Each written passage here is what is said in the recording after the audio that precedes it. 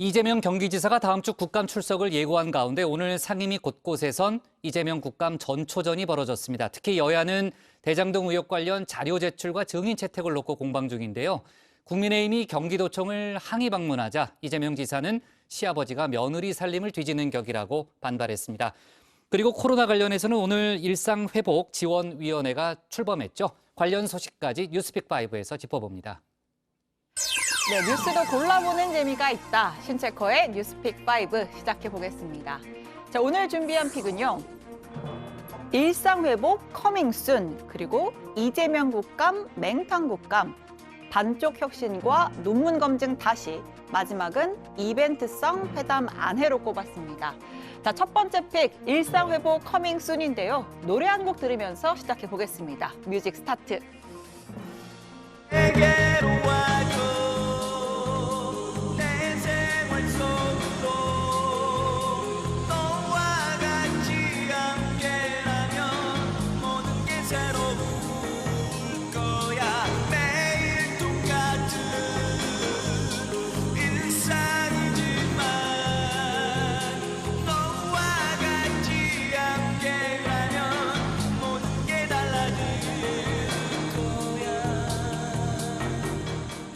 네, 그리운 일상입니다. 마스크 없이 친구들과 차를 마시고 동료들과 회식도 하고 콘서트장에서 마음껏 떼창을 하던 일상. 벌써 1년 8개월째 멈춰 있죠. 가장 높은 강도의 4단계 거리두기가 3개월 넘게 이어지면서 이런 웃픈 상황도 벌어졌습니다. 헬스장에서 김종국의 한 남자를 틀어줬다, 김이 샜다, 웃픈 4단계 첫날입니다. 4단계 정부 지침상 헬스장 내 음악 속도를 100에서 120bpm 내로 지켜야 하기에 신나는 댄스곡 대신 발라드나 R&B를 틀어야 했다는 이야기입니다. 컨트리 코코의 김미, 박명수의 바다의 왕자, 140bpm이 넘어서 절대 틀어선 안 될 노래들입니다. 네, 일각에선요, 뛰지를 못하니까 확 찐자가 돼버리고 말았다라는 우스갯소리도 나왔습니다. 다행히 백신 접종이 순항 중입니다. 전 국민의 78.1%가 1차 접종, 그리고 60.8%가 2차 접종까지 완료했습니다. 이에 정부는 민관 합동으로 꾸려진 일상회복지원위원회의 첫 번째 회의를 열고 단계적 일상회복 방안을 논의했습니다. 머지않아 전 국민의 70%가 예방접종을 완료하게 될 것이고 단계적 일상회복의 여정을 준비하고자 합니다. 당장 마스크를 벗어던지자 이건 결코 아닙니다. 돌다리를 두드리면서 강을 건너는 그런 심정으로 차근차근 우리의 일상을 되찾아 나가야 할 것입니다. 네, 위드 코로나로 가는 핵심 바로 이거죠. 네, 스텝 바이 스텝, 돌다리를 두드리듯이 한 단계씩 차근차근 밟아 나가는 겁니다. 일단 오는 18일부터 월말까지는 본격적인 일상회복 전환 전 마지막 징검다리 역할을 하는데요. 수도권의 경우에는 최대 6명까지 가능한 사적 모임 인원을 8명까지 풀어주는 방안을 논의하고 있습니다. 물론 접종 완료자에 한해서입니다. 자, 그리고 식당과 카페 등의 영업시간도 밤 10시에서 자정까지 늘리자라는 의견이 나왔는데 이건 조금 더 조율이 필요합니다. 한시적 백신 패스 제도 도입입니다. 예컨대 식당, 카페 등의 영업을 밤 10시에서 12시까지 늘리되 이 시간대에는 백신 접종자만 예외적으로 아직 결정된 사항은 없으며 오늘 이제 관계부처와 지자체 간 회의 그리고 생활반격위원회 등의 의견을 참고하면서 안건을 정리할 예정입니다. 전 국민의 70%가 접종을 마치는 11월 초부터는 본격적인 위드 코로나로 접어듭니다. 사적 모임은 물론이고 스포츠 경기나 콘서트장의 허용 인원도 늘리고 또 재택 치료 비중을 더 높이는 방향입니다. 일선 학교들도 전면 등교 방침을 추진합니다. 코로나 교육 결선 회복의 핵심인 2학기 등교 수업 확대, 2학기의 단계적인 전면 등교는 계속해서 추진해 나가겠습니다. 위드 코로나 대응, 단계적인 일상 회복 계획 마련에 본격적으로 착수하겠습니다. 네, 이제 두 번째 픽으로 가볼까요? 이재명 국감, 맹탕 국감 이렇게 꼽아봤습니다. 10월 초부터 3주간 치러지는 국회 국정감사도 어느새 반환점을 돌았습니다. 전반전을 복귀한다면 글쎄요, 뉴스픽에서 수차례 제목으로 다뤘듯 대장동 국감이라고 요약할 수 있을 겁니다. 화제의 프로그램 스트릿 우먼 파이터를 방불케 하는 스트릿 국감 파이터가 펼쳐졌습니다.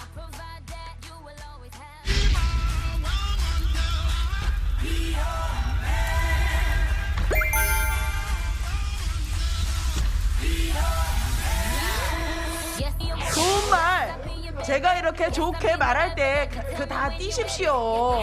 온 국민은 하천대의 몸통이 누구 것인지 묻고 있고 그 질문은 이재명 경기도지사에게 향하고 있습니다. 솔직히 김도욱 간사님 지금 말씀하시면서 또 이렇게 한마디 하실 것 같아요. 근데 야당 간사가 버르장머리가 없게 이게 뭐하는 꼴들이야? 지금 모자가 까먹지는 데서 이 위원장이 진짜 김만배, 유동규, 정영학 등의 대화에서 50억 원씩 주기로 한 6명의 이름이 나온다. 네, 자 이제부터는 스트릿 국감 파이터 후반전 대장동 미션이 계속 이어지는 가운데 다음 주에 미션의 판을 뒤흔들 거물급 인사가 한 명 출연합니다. 경기지사직 아직 사퇴 안 한다. 경기도 국감 직접 나가겠다. 정면 승부를 택한 이재명 경기지사입니다. 원래 계획대로 경기도 국감을 정상적으로 수강하겠습니다. 대장동 개발과 화천 대유 게이트 관련으로 정치 공세가 예상되지만 사퇴 시기 문제는 국감 이후에 다시 판단하고 말씀드리도록 하겠습니다. 사실 경기도지사가 경기도 국감에 출석하는 건 당연한 일입니다. 사퇴하지 않는 한 출석을 할 의무가 있죠. 자, 그런데 일각에선 막상 이 지사가 나와도 싱거운 맹탕 국감이 될 수 있다는 관측도 나오는데요. 화천대유와 천화동인 등 대장동 관련 주요 인물에 대한 증인 채택 문제에 민주당이 채택 불가 입장을 고수하고 있기 때문입니다. 아직 진흙탕으로 만들고 있습니다. 국감 포기한 겁니까? 아니면 제도에도 없는 이재명 대통령 인사청문회라도 열자는 겁니까? 적어도 공당이라면 단 하루만이라도 민생, 국민을 생각하는 시간을 가져주기 바랍니다. 자, 그러자 국민의힘 이 지사의 안방인 경기도를 파고들었습니다. 경기도청과 성남시청을 직접 찾아서 항의했습니다. 왜 문을 잠궈? 어디 가셨어요? 일정까지는 모르겠고요. 네? 도지사가 맨날 도청을 비우고 어디 다니노? 국정감사를 받겠다고 하는 이 지사의 진정성을 저희들이 의심을 하지 않을 수가 없습니다. 유의미한 자료는 한 건도 제출을 하지 않고 있습니다. 정인 참고인 또한 단 한 명도 채택해 주지 않고 있습니다. 국민의힘은 내일 경기도당 사무실에서 현장 최고위와 함께 이재명 게이트 비리신고센터 현판식을 가질 계획입니다. 대장동 의혹을 깊숙이 알고 있는 지역 주민과 건설업자 등으로부터 추가 제보를 받겠다는 취지인데요. 자, 이재명 지사, 국민의힘의 도청 항의 방문에 대해서 이런 비유를 들어 반발했습니다. 아셨습니까? 대장동 관련 사업은 성남시 자료이기 때문에 경기도의 일체 자료가 있을 수가 없습니다. 국회는 그런 지방 사무에 대해서는 아무런 감사 권한이 없습니다. 이거는 마치 분가한 자식 집에 가가지고 시아버지가 며느리 부엌 살림 뒤지는 것 같은 겁니다. 민주당도 대장동 TF를 꾸려서 방어에 나섰습니다. 이재명 캠프 출신의 김병욱, 박주민 의원을 전면 배치했고요. 검찰 출신 변호사들의 법조 비리와 부동산 브로커들의 유착 관계를 철저히 파헤치겠다고 했습니다. 또 윤석열 전 총장의 고발 사주 의혹에 대한 공세도 계속 이어나갈 계획입니다. 자, 오늘의 세 번째 픽은 반쪽 혁신으로 꼽았습니다. 병역문화 개선 대책기구인 민관군의 합동위원회가 국내 성폭력 피해자 보호를 비롯한 총 73가지의 혁신 방안을 국방부에 권고했습니다. 성폭력 2차 피해를 막지 못한 군 간부에 대한 징계 조항을 신설했고요. 징계위원회에는 의결권이 있는 민간인도 참여를 해야 합니다. 근원적인 문제를 당장 해결할 수는 없을 것입니다. 하지만 이번에 민간군이 함께한 노력의 결실은 군 조직 문화와 인식 전환의 원동력이 될 것으로 확신합니다. 자, 그런데 일각에선요, 기존 혁신안의 재탕이다 또는 실효성이 없는 권고만 있다라는 지적도 나옵니다. 예를 들어서 군 급식비 인상 등 예산까지 반영된 내용이라든지 병사 휴대전화 사용 시간 확대 등의 권고에 그치는 내용이 대부분이라는 거죠. 또 합동회에 참여한 민간위원 80명 중 20명은 국방부가 폐쇄적이고 일방적이다, 개혁의 한계를 느낀다면서 중도 사퇴하기도 했었습니다. 자, 오늘의 네 번째 픽은 이벤트성 회담 안해입니다. 미국 워싱턴에서 서훈 청와대 국가안보실장과 제이크 설리번 미국 백악관 안보보좌관이 만났습니다.